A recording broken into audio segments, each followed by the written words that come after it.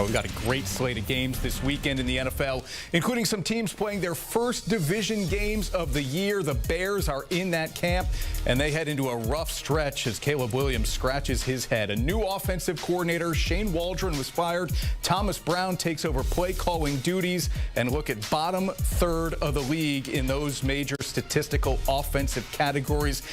It's a regression in a three-game losing streak for Williams. No completion percentage above 53% in this streak. No touchdowns on the last 23 offensive drives. That dates back to week 8. And all of this after throwing 4 TDs in London against Jacksonville. They scored 35 points in that game. Only 27 points scored the last 3 games. Here's Williams. I think these past couple of weeks, I've probably been holding a little bit longer than I've, want to or expected. I definitely think I can do a better job with that, just being a little bit more keyed in on make sure I handle the details, and then obviously just understanding situational game. I think this past game, I didn't do as good of a job as I wanted to with the situational game, and held the ball, a few times too long, and that stat goes on the offensive linemen and things like that, as if they weren't on the job. But I took a few sacks on me that I shouldn't have. So I think getting back to getting the ball out of my hands, being decisive is really important, and it needs to start now. All right, here comes that rough stretch we mentioned. Packers, Vikings, Lions, and Niners are the next 4 for Chicago. You can see it on your screen, 708, the win percentage of the Bears' opponents. The rest of the way, they have the toughest remaining schedule. Not a lot of playoff teams on the screen here, as you can see, but the Buccaneers could make a late charge in the NFC South. The easiest remaining schedule there, 2 games, maybe even 3, considering the fact that they've lost both to Atlanta already behind the Falcons. Let's bring in our NFL writer, Tyler Sullivan now. All right, Tyler, do we expect this offense to look differently this week simply because of the OC change? Yeah, I think you'll probably get a little bit of an offensive bump, right? Like, I do think that there's something to be said for that. It's not necessarily the same adage of you fire a head coach, you come out firing on all cylinders the next week. It's kind of a mini version of that. So there's potential here, but you are facing a Green Bay Packers team that really has a nose for creating turnovers. So, I don't know if they're going to win this game, but I do think they at least win one more game. And I think that's maybe putting it a little bit more positively. I do think that they clip the Minnesota Vikings in week 12. They just seem a little bit of fool's gold, the Minnesota Vikings this season. You saw the turnovers last week with Sam Darnold. This defense is capable of doing the same thing, but outside of that, this team, it just kind of feels broken. We go back to these pivotal points in seasons, right? And I think one of them, when we look back at 2024, is going to be that infamous Hail Mary in Washington, Jaden Daniels. And it kind of just feels like it broke the Chicago Bears for 2024. It looks like there are going to be some massive changes in the Windy City, specifically at the head coaching spot. And I think, again, down the stretch, we're going to be seeing not a lot of winning football for the Bears. All right, yeah, it might have been Daniel's kind of Heisman winning moment that we talk about at the college football level in terms of his Rookie of the Year campaign. Where is Williams here? Are you seeing a natural regression as teams get more tape on a rookie, or is he struggling on another level? Well, there's some of that, right? I mean, of course, there's going to be more tape, more scheming as the season goes along. But you also have to reference here, too, their offensive was kind of stagnant under the previous offensive coordinator. Their tackles have really been banged up. The offensive line has been a huge problem for them this entire season. They've been dealing with injuries, poor play, you name it. And that's not helping a young quarterback. I mean, you talk about, okay, they spent the entire offseason addressing the wide receivers, and, that's great on paper with Keenan Allen, Rome Odunze, and DJ Moore. But if he doesn't have time to throw them the football, and they're allowing a lot of pressure to the opposing to the quarterback for Caleb Williams this season, I don't really care who you have out there. So yes, part of it's Caleb Williams, because I do think that he's kind of has the yips a little bit, to use kind of a golfing term. But overall, there's a lot going wrong with Chicago. Then it's not just Caleb Williams. Now, not that long ago, we were talking about the Bears maybe being a surprise playoff team, but 3 straight losses now. On the other side of things, Steelers have won 4 straight, Tyler. Last 3 wins with Russ at quarterback. They lead the division by half a game over the Ravens. And just like the Bears, Pittsburgh hasn't played a division opponent yet until this Sunday. This one was weird to me when I saw Lamar Jackson 1-3 in his career against the Steelers. He's been injured, obviously, a lot, only to play this division rival 4 times so far in his career. What are you looking at in terms of Pittsburgh's ability to win 4 in a row, why it's working with Russ? Yeah, you know, I read a picks column every week on CBSSports.com, and this was my headline. The Pittsburgh Steelers pulling off the upset against the Baltimore Ravens, continuing their surprising season. Yeah, right. I don't know if it's really the most jaw-dropping, because Mike Tomlin teams are always at least 500, but this is a team that legitimately I believe is going to win double-digit games, 11-6, and go to the playoffs. I don't think that they're going to win this AFC North, even though these next few weeks here, after you beat the Ravens, there's going to be a lot of chatter about this team crashing the party in the division. What strikes me, though, looking at the Pittsburgh Steelers in terms of their ability to win this division, there's a stretch later on this season, right around Christmas time, where they play 3 games in 10 days. And those games are at Philadelphia, at Baltimore, and then you play the Kansas City Chiefs. To me, that smells like 3 losses. And when you get to that, 11-6, I don't know. I feel like Baltimore's going to get to 12 wins. And so even if you start to get to a tie-breaking scenario, I think that both of these teams are going to win at least one of their games head-to-head. So then you're kind of getting into those, popsicle headache tie-breaking scenarios. Ultimately, I think Pittsburgh gets into the playoffs, but Baltimore wins that division. All right, the Chiefs, by the way, still haven't lost, even for as closely as they play some of these games. They find a way to win. A 2% chance to finish the regular season undefeated. Is this a motivation for a team in this day and age? Like, do Andy Reid and Patrick Mahomes care about finishing undefeated when they've won back-to-back Super Bowls?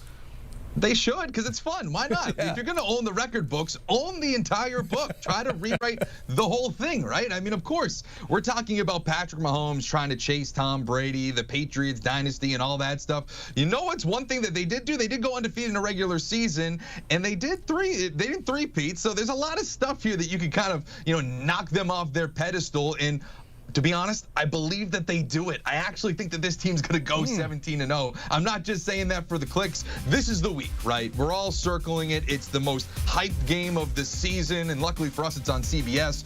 At Buffalo, Kansas City, Patrick Mahomes, Josh Allen. If they are able to go into Buffalo and come out of that game with a win, you look at this schedule, at Panthers, at Raiders. The Chargers could be a little bit tricky, and then towards the end of the season, sure, at Pittsburgh on Christmas Day, at the Denver Broncos. That could end up being a 17-0 versus a Broncos team that's trying to get into the playoffs. And we just saw last week how close those 2 teams are in terms of divisional rivals and how close those games can be.